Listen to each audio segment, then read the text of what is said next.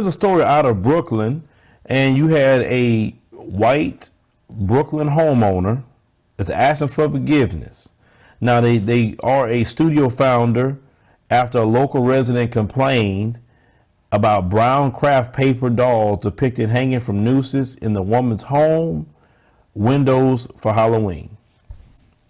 Now we know, we put the picture up, we know what they're depicting. We know this. Understand something.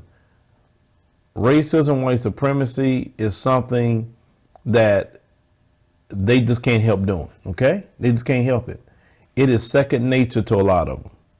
Because if it wasn't second nature, so many of them wouldn't do it.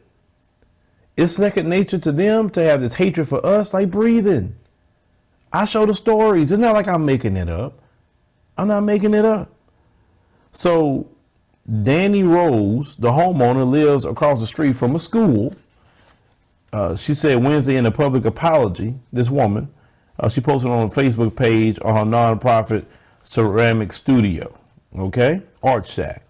Now she said the images, listen to her excuse, was supposed to be depictions of a horror film Annabelle, and didn't realize they appeared to be what they are until it was too late. You know good and well what you was doing. But if that's what you want to lie and tell people, go ahead. And we'll have black folks that'll forgive you.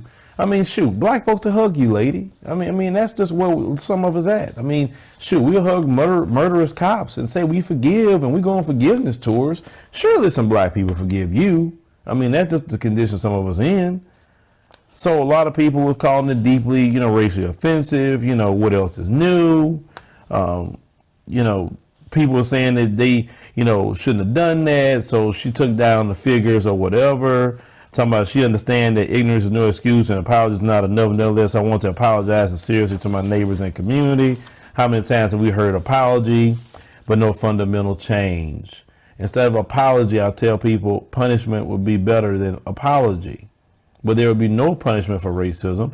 If they were serious about trying to end racism in America, which they're not, they would criminalize racism. That would be the best way to start it. Criminalize it. But they're not going to criminalize it, because to tell them they can't be racist to black people, it's going to be some sort of charges or fines. That would take away life itself. That would take away the fundamental way America operates. Now, they said another person by the name of Leslie Short, owner of the Cavu Group, that focuses on diversity and inclusion. Listen, that term diversity and inclusion, I don't like it, because basically what you're saying is we need to bring black folks into white folks things and include the black folks in these things here, okay? The problem I have with that is if someone don't want you around, they're going to show you. Understand? I don't want to be places I'm not wanted. I want to be places that I'm celebrated. I want to be places that saying, hey, brother, come on, be over here. That's what I'm saying.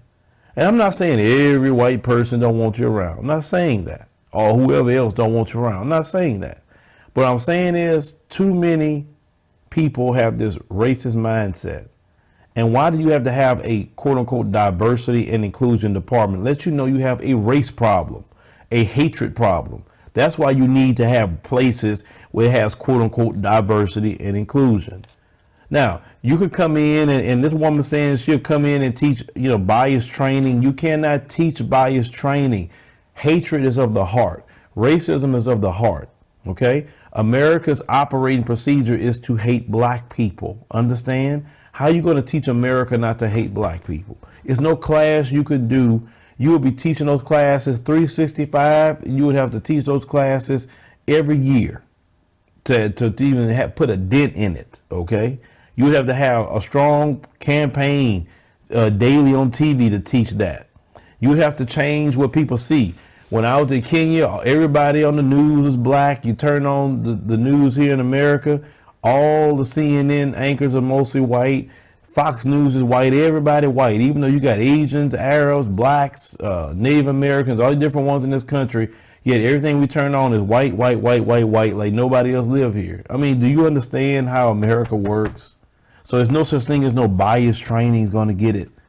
If it was a bias training, I'd be the biggest proponent of bias training. Mom did not care if she did it across the way from a school. Now understand, Brooklyn was a lot of black people at one point in time. But everyone knows when I was the other day in New York and I was riding through Queens and I talked to, the Uber driver and I asked him about, some of the gentrification. He said, yeah, it's happening all the time now. You get what I'm saying? And they're not liking it. Because what comes with gentrification, what comes with it is racism. Completely. And as long as this system is in place, that's what's going to happen. Once again, this is how America operates, folks. This is how it operates.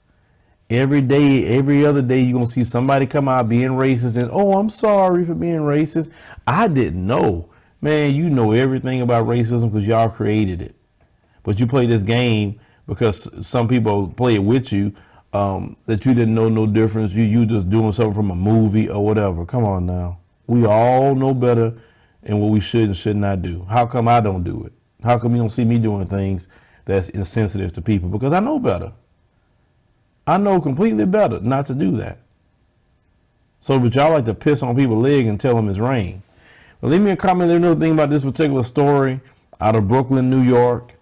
But understand, no matter where you at in this country, from California to New York or anywhere in between, you're going to have these same stories because America runs on racism, division, and hatred. And we as black folks got to understand that. And now, once we finally understand that, how are we going to deal with it?